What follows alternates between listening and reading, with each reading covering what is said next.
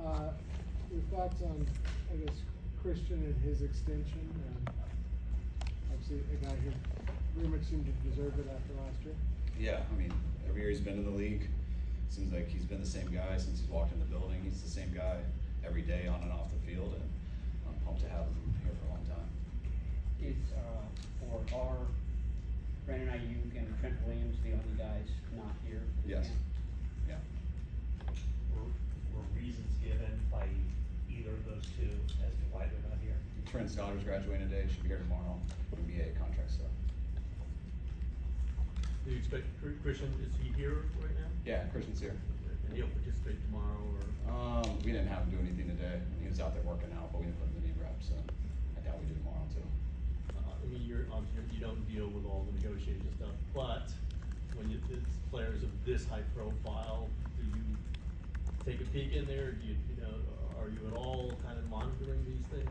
I do to a certain time, and then I kind of check out of it, you know. When I don't have as much to do, players aren't in the building, it's kind of hard not to just check in and ask how it's going, but there's not that many updates. I mean, that stuff takes time and everything, but now, especially with guys in practices, mini camp, it's stuff I don't ask about at all.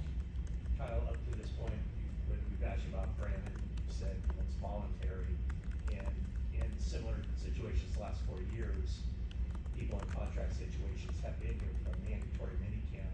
Does your view change on Brandon and his status with the team now that this is mandatory and he's not here?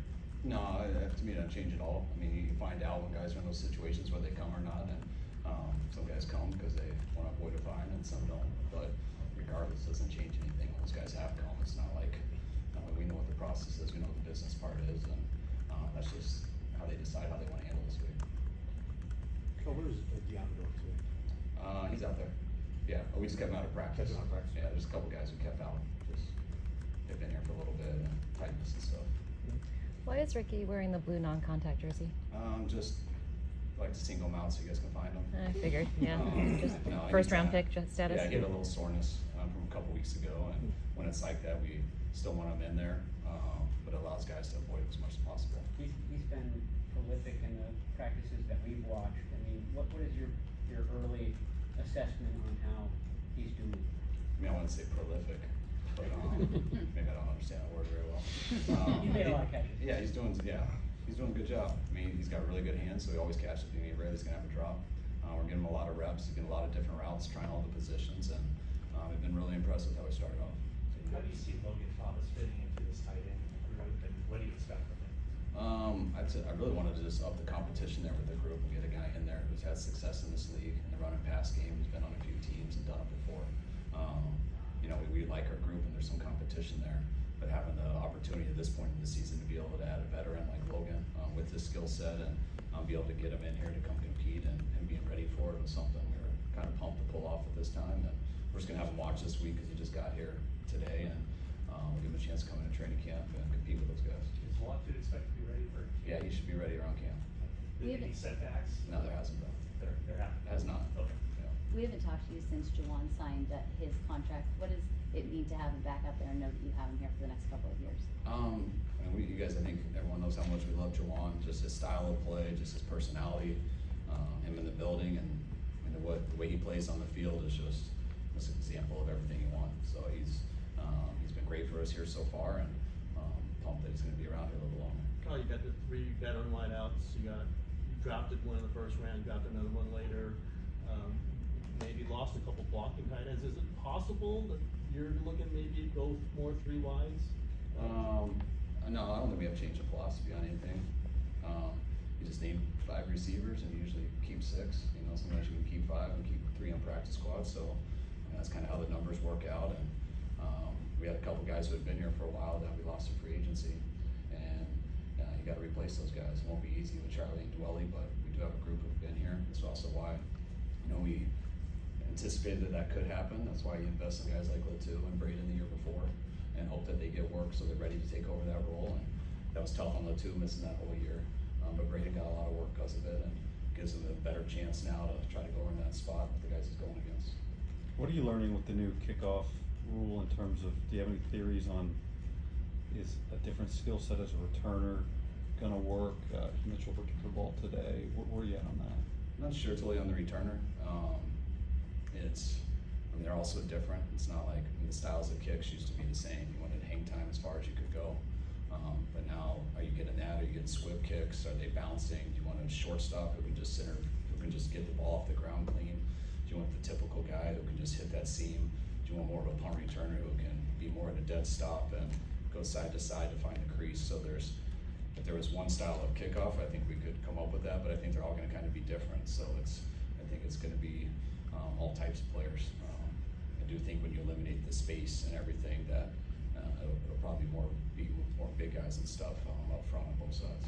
Kyle, how excited are you that Purdy and Pearsall seem to already have a little bit of a on-field connection and looks like they've repped it? It's been fun to watch both of them. I know, Brock doesn't always get to watch how the route gets there, but he knows when guys end up in the right spot and they catch it. That's where quarterbacks get comfortable, and I think you can feel that with Ricky right away. I mean, he's been getting to the right spot, and when he has made mistakes, he understands it and corrects it, and I think that's why those guys are gonna have a lot of fun working together. We talk of possibly changing the schedule of the offseason with coming back earlier in July and not doing some of the spring stuff. Do you have an opinion on what would be good or bad about that, or compared to what you have now? Yeah, I mean, I think eliminating an off season so you can have a 7-week training camp isn't the best idea to me. I mean, they used to do that, but they did 7 weeks because people didn't make as much money, and in the off season they had other jobs, so they had to leave whatever jobs they were doing, and they didn't work out in the off season, so you had to go to like a 7-week training camp to get guys back in football shape, which took a while. And nothing's worse than a 7-week training camp, even as a young ball boy. And so I don't totally like that. I also like the idea of, I just believe that when you end a long season, you need to get away. But you don't just get better in that training camp right before the season. I like spring ball in college. For myself as a player, that was the last time I played, but I felt like in spring ball you could go and improve on stuff, and sometimes you look bad in it, sometimes you look good, but there was things you worked on, and then everyone got away. And then you had 2 months or a month, whatever that summer is, to gain on those people and to go work out and get in shape. And yeah, I just worked on football in an off season that was provided because I can't go play in the Olympics or the YMCA or anything like other sports, or batting cage and things like that. And then now I have this month to gain ground on guys where you don't if you take that away. And I also think it's tough because when you do get guys, like right now we're in decent shape, guys will go away for 40 days, they'll come back. But that's also, we have so much science on that, I can't tell you guys how much we've altered our program over the last 7 years. What we do on day 1 to day 2 to day 3 to the first off day to the reps on day 1 to day 2 before preseason game and after. So that's why the soft tissue injuries do get better. But if you don't do anything as a professional athlete for those 40 days away without us watching you, you might pull a hamstring. We're gonna do everything we can to protect that. But if not, and you're still pulling them, like us making you come a month earlier might help that person. But I also think anyone that doesn't know how to work out and they're 40 days away, you're not gonna make in this league very long anyways. So it's not too bad to weed 5 of those guys out. Why is it not so important for the veteran leaders How'd to you know I was done? I had a feeling that I was been holding your breath that long? Yeah. Sorry. Why is it not so important for the veteran leaders to participate in these practices? Is it because you're installing things that they already know? No, it's that, I mean, you want all guys to work and stuff, but like, and I don't think anything hurts people, but you can get hurt anytime, whether it's here, whether it's anywhere else. But when the guys haven't been here through phase 1, phase 2, phase 3, just to throw them out there and that stuff, we're not gonna risk that. And when I think of the risk reward on that, I'm definitely not gonna risk it, because no matter what happens today or tomorrow, no matter what happens, we are gonna get away, we're gonna come back for 40 days. So you hope guys learn from these moments and stuff, and that does apply to what you do later, what you do while you're away. You stack days and you get better. But I think what someone does exactly on a rep or something is gonna change their body in a month from now, that's different. And we got guys learning formations, cadences, how to come off the ball, how to run, how to move together. And guys are all over the place, and they're gonna get away. Most of them will go work on it on their own and study it, watch tape, know how they're training now. And when they come back and we do the exact same things in training camp, but with more pads and stuff, they'll actually have a chance to know what's going on and hopefully make a team instead of a practice squad. Now, Christian's obviously not an old guy, not even an old player, but we know that position can age fast or get closer to 30, and be replaceable. We know what the salary's been like. What is it about Christian in your mind tells you, as he gets, this could take into his 30s, 31, that he's still going to be this valuable that long from now? Well, the running back market's different than everything. So I think that would feel very good with where we're at with that with Christian, especially I think because contractually, I think it's 4 more years. But when you look at Christian just as an individual, like, I'm not gonna compare him to anybody else. Christian is one of the more talented people I've ever been in my life. But if I didn't speak about that, I'd say he's almost the biggest overachiever I've been in my life. He's been around in my life in terms of how obsessive he is with every little thing, and just, you guys have heard us talk about him, but that's where he's extremely unique. And I mean, as you get older with age, you lose a step or something. That's not what makes Christian great. It's how he is the same player down in and down out.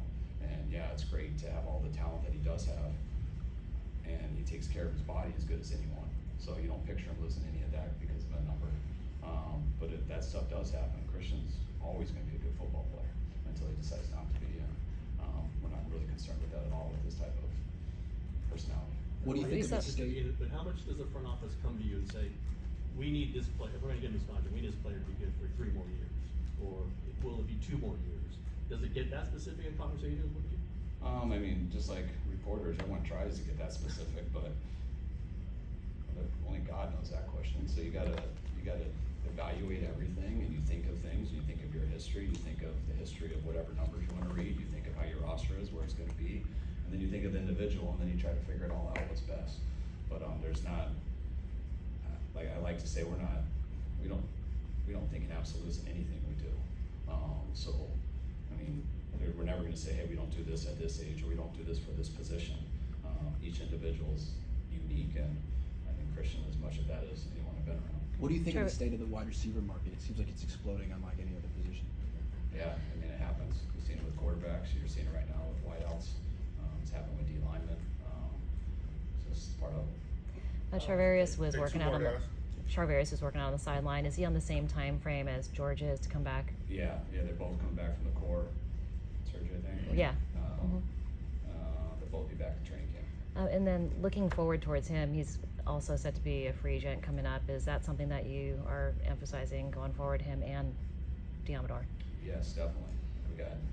There's not many guys on our team that, I would say there isn't any who are gonna be free agents that we don't want around here. We've got some good players, built a good roster.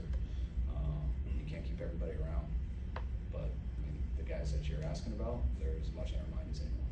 Kyle, CMC had 339 touches last year. What do you think of that usage? And this year, do you see that number going up, or do you think it's more likely to go down? I mean, I don't think it always needs to be that case with all the runs. Like we got guys that can run the ball and stuff. We got to protect Christian from himself. He doesn't like to ever come out, no matter what the situation is. And I do think that's something we could protect him with more. When you are such a threat in the pass game, it's a little bit different, and that's when you get touches from a running back. A lot of times you're the last choice, just everyone's deep and you throw it to a check down. So like halfbacks can get 6 targets in a game without one play called for them, just because they're on check downs a lot. And so how do we feel about those touches? Man, I'm glad he was out there for that check down. That means no one's around and he's getting up the field and he's as good of a threat on a check down as there can be. But if he's just taking the wear and tear with 20 carries and stuff every game, and he's definitely good enough to do that, and he's proved he can stay healthy, but you'd like to take some of that off of him and give it to other guys also. Matt, last one. Have you guys finalized plans to practice against the Saints down at UC Irvine? Yes. Any pause to basically now 3 road games, that's a whole game week. What would your thoughts on playing the 2 road games and then practicing on the road when you have a home game? Just that I like practicing. It's more important to me to practice against someone to even play the preseason game. I think it's better for your team. So I wanted to make sure we got one out of that. I didn't want to do it the last week, just with it being so close, and that we plan on playing our guys more in that game. And then I also don't like bringing teams here because we don't have as much land. We have 2 fields, and you kind of need a 3rd field. And so I don't like how tight it is and stuff. It's just too tight out there, and it kind of messes our grass up for so long. So it's better when you go to a place that has 3, sometimes 4, even 5 fields. Gonna be the same day off before the day before the game, then the practice is 2 days out. Yeah. Is there potential for scrimmages in Nashville? We actually wanted it, but because of the travel and stuff, we'd have to go out too early, and then it would be an issue. I would love to scrimmage versus them, but because we're going on the road for the next week in our home game, then it's gonna end up feeling like we truly are on the road that long. So we'll just go to Nashville the day before the game, and we'll come back the next day.